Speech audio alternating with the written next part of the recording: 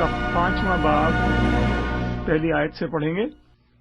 اور وہ جھیل کے پاس گراسینیوں کے علاقے میں پہنچے، اور جب وہ کشتی سے اترا تو فی الفور ایک آدمی جس میں ناپاک روح تھی قبروں سے نکل کر اس سے ملا۔ وہ قبروں میں رہا کرتا تھا، اور اب کوئی اسے زنجیروں سے بھی نہ باندھ سکتا تھا، کیونکہ وہ بار بار بیڑیوں اور زنجیروں سے باندھا گیا تھا۔ لیکن اس نے زنجیروں کو توڑا اور بیڑیوں کو ٹکڑے ٹکڑے کیا تھا، اور کوئی اسے قابو میں نہ لا سکتا تھا۔ اور وہ ہمیشہ رات دن قبروں اور پہاڑوں میں چلاتا اور اپنے تئیں پتھروں سے زخمی کرتا تھا۔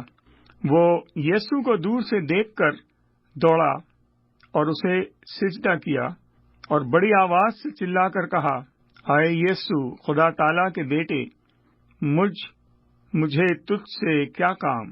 تجھے خدا کی قسم دیتا ہوں، مجھے اس عذاب میں نہ ڈال۔ کیونکہ وہ اس سے کہتا تھا، اے ناپاک روح، اس آدمی میں سے نکل آ۔ پھر اس نے اس سے پوچھا، تیرا نام کیا ہے؟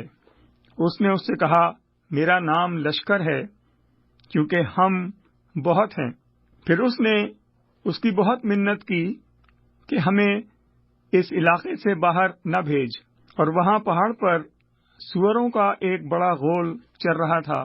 پس انہوں نے اس کی منت کر کے کہا کہ ہم کو ان سوروں میں بھیج دے تاکہ ہم ان میں داخل ہوں۔ پس اس نے ان کو اجازت دی، اور ناپاک روحیں نکل کر سوروں میں داخل ہو گئیں، اور وہ غول جو کوئی 2000 کا تھا کھلاڑے سے جھپٹ کر جھیل میں جا پڑا اور جھیل میں ڈوب مرا۔ اور ان کے چلانے والوں نے بھاگ کر شہر اور دیہات میں خبر پہنچائی۔ پس لوگ یہ ماجرا دیکھنے کو نکل کر یسوع کے پاس آئے، اور جس میں بدروہیں یعنی بدروہوں کا لشکر تھا اس کو بیٹھے اور کپڑے پہنے اور ہوش میں دیکھ کر ڈر گئے۔ اور دیکھنے والوں نے اس کا حال جس میں بدروہیں تھیں اور سوروں کا ماجرا جان کر ان سے بیان کیا۔ وہ اس کی منت کرنے لگے کہ ہماری سرحد سے چلا جا۔ اور جب وہ کشتی میں داخل ہونے لگے تو جس میں بدروہیں تھیں اس نے اس کی منت کی کہ میں بھی تیرے ساتھ رہوں، لیکن اس نے اسے اجازت نہ دی، بلکہ اس سے کہا کہ اپنے لوگوں کے پاس اپنے گھر جا اور ان کو خبر دے کہ خداوند نے تیرے لیے کیسے بڑے کام کیے اور تجھ پر رحم کیا۔ وہ گیا اور کپلس میں اس بات کا چرچا کرنے لگا کہ یسوع نے اس کے لیے کیسے بڑے کام کیے، اور سب لوگ تعجب کرنے لگے۔ جب یسوع پھر کشتی میں پار گیا تو بڑی بھیڑ اس کے پاس جمع ہوئی، اور وہ جھیل کے کنارے تھا۔ اور عبادت خانے کے سرداروں میں سے ایک شخص یائیر نام آیا اور اسے دیکھ کر اس کے قدموں پر گرا، اور یہ کہہ کر اس کی بہت منت کی کہ میری چھوٹی بیٹی مرنے کو ہے، تو آ کر اپنے ہاتھ اس پر رکھ تاکہ وہ اچھی ہو جائے اور زندہ رہے۔ پس وہ اس کے ساتھ چلا، اور بہت سے لوگ اس کے پیچھے ہو لیے اور اس پر گرے پڑتے تھے۔ پھر ایک عورت جس کے 12 برس سے خون جاری تھا اور بہت طبیبوں سے بڑی تکلیف اٹھا چکی تھی، اور اپنا سب مال خرچ کر کے بھی اسے کچھ فائدہ نہ ہوا بلکہ زیادہ بیمار ہو گئی، یسوع کا حال سن کر بھیڑ میں اس کے پیچھے سے آئی اور اس کی پوشاک کو چھوا، کیونکہ وہ کہتی تھی کہ اگر میں صرف اس کی پوشاک ہی چھو لوں گی تو اچھی ہو جاؤں گی۔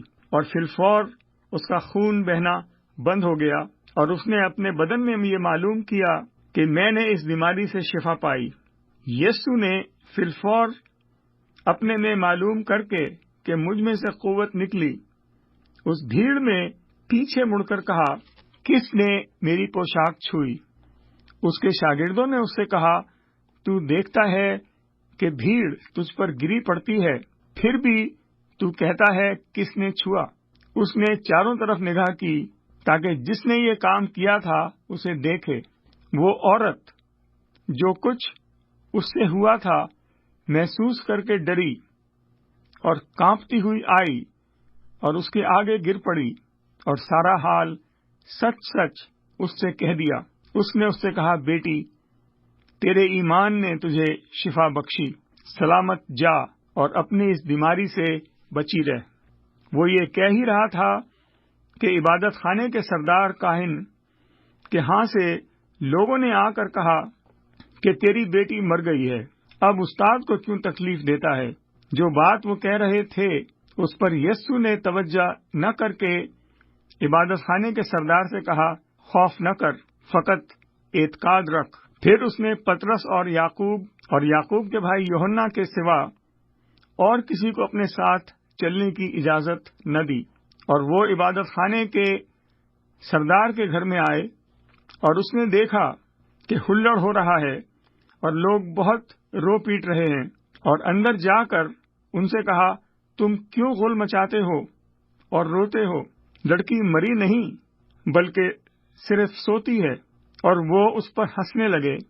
لیکن وہ سب کو نکال کر لڑکی کے ماں باپ کو اور اپنے ساتھیوں کو لے کر جہاں لڑکی پڑی تھی اندر گیا، اور لڑکی کا ہاتھ پکڑ کر اس سے کہا، تسلیہ قوی، جس کا ترجمہ ہے کہ اے لڑکی، میں تجھ سے کہتا ہوں، اٹھ۔ وہ لڑکی فی الفور اٹھ کر چلنے پھرنے لگی، کیونکہ وہ 12 برس کی تھی۔ اس پر لوگ بہت ہی حیران ہوئے۔ پھر اس نے ان کو تاکید سے حکم دیا کہ یہ کوئی نہ جانے، اور فریاد کی کہ لڑکی کو کچھ کھانے کو دیا جائے۔